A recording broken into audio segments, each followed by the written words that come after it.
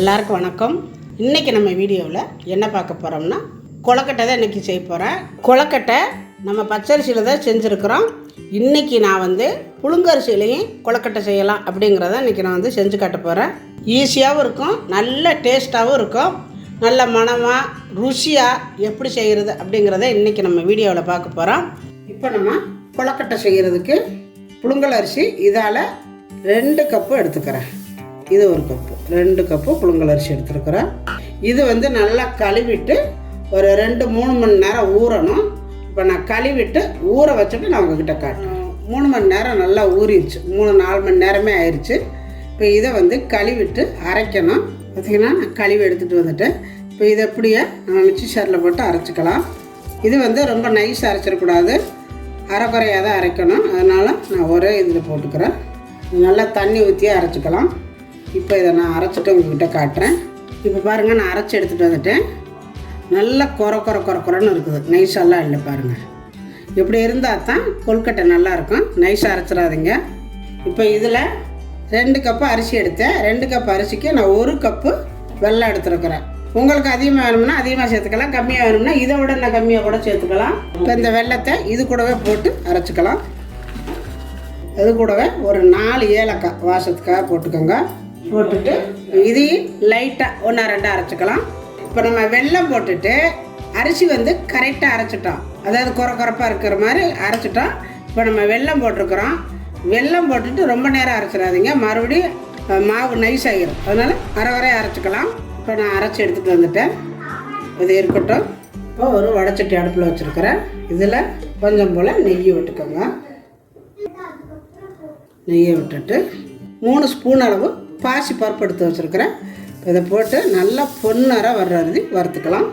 ரொம்ப நல்லாயிருக்கு. இந்த மாதிரி போட்டிங்கன்னா, அதாவது கொழுக்கட்டையில் இந்த மாதிரி பருப்பு ஏதாவது ஒரு பருப்பு நீங்கள் போட்டுக்கலாம். அதாவது கடலைப்பருப்பு போடலாம், ஆனால் அது பெருசாக இருக்கும்.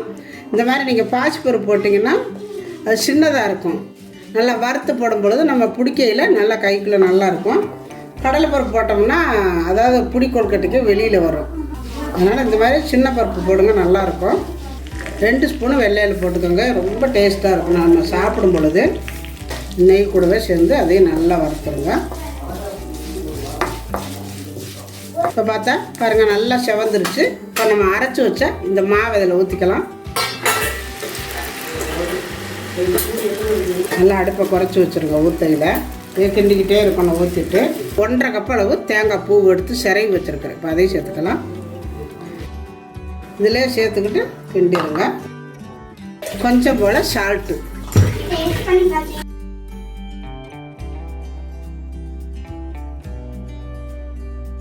நல்லா இந்த மாதிரி கலக்கி விட்டுக்கோங்க.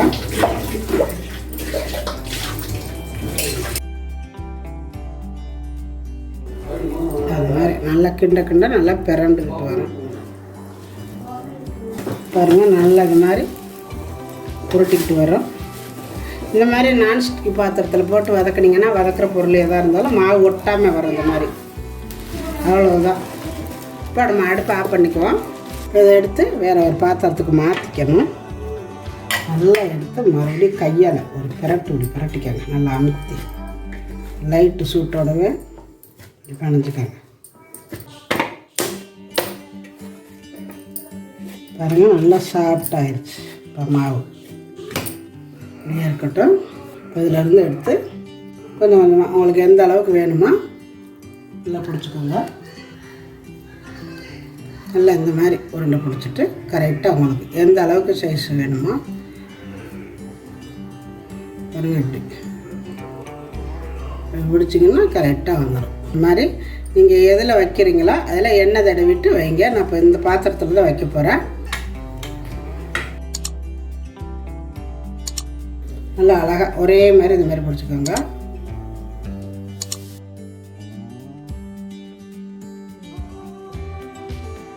பார்த்திங்கன்னா நம்ம எல்லாமே வச்சாச்சு. இங்கே தண்ணி காய்ஞ்சிட்ருக்குது. இப்போ நம்ம தூக்கி மேலே வச்சுக்கலாம். தண்ணி காயுது. ஒரு 7 நிமிஷம் இருந்தால் போதும். அடுப்பு ஸ்பீடாக வைக்காமல் ஸ்லோவிலே வச்சுக்கோங்க. ஒரு 7 நிமிஷம் வேகட்டும். நான் அப்புறம் காட்டுறேன். அப்புறம் வெந்துருச்சு பாருங்கள், நல்லா வெந்துருச்சு. அமுத்தி பார்த்தாலும் தெரியும் உடையில. இப்போ இதை எடுத்துக்குவோம். சூட்டோடவே நான் வேறு பாத்திரத்துக்கு எடுத்துகிட்டு அப்புறம் மறுபடியும் வச்சுக்கலாம். நல்லா எடுக்கிறதுக்கெலாம் நல்லா வரும். எண்ணெய் தடவிட்டிங்கன்னா அந்த மாதிரி வரும். அதே மாதிரி மீதி இருக்கிறதையும் அடுக்கிக்கலாம். இப்போ நம்ம சாப்பாட்டு அரிசியை வச்சு செஞ்ச கொழுக்கட்டை ரெடி ஆயிடுச்சு. எவ்வளோ குயிக்காக வேலை முடிஞ்சது பாருங்கள். ரொம்ப அருமையாக வந்திருக்குது. இது வந்து பிள்ளைங்கள்லாம் எடுத்து சாப்பிட்டாங்க.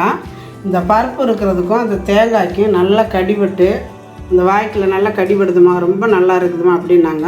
இந்த புடி கொழுக்கட்டையெல்லாம் நம்ம செஞ்ச உடனே சாப்பிட்றத விட ஒரு நாள் செஞ்சு சாப்பிட்டிங்கன்னா ரொம்ப டேஸ்ட்டாக. இந்த கொழுக்கட்டை மட்டும் எப்போவுமே ஆற வச்சு சாப்பிடணும், அப்போ தான் நல்லாயிருக்கும். பாருங்கள், நான் ஒன்று எடுத்து உடச்சி காட்டுறேன். நல்லா வெந்து பாருங்கள் எப்படி இருக்குன்னு, செமையாக இருக்குது. அது வந்து குறப்பாக இருக்கணும், அப்போ தான் இந்த மாதிரி இருக்கும். பாருங்கள், நல்லா வெந்து எப்படி நல்லா பாருங்கள் இப்படி இருக்குது. இன்னும் ஆற இன்னும் டேஸ்ட்டாக இருக்கும். இன்னும் வந்து நல்லா பொதுன்னு இருக்கும். சரிங்களா? நல்லா வெந்துருக்குது பாருங்கள். ரொம்ப அருமையாக வந்துருச்சு. இதே மாதிரி நீங்களும் செஞ்சு பாருங்கள். செஞ்சு பார்த்துட்டு எப்படி வந்துச்சு அப்படிங்கிறத எனக்கு கமெண்ட்டில் சொல்லுங்கள்.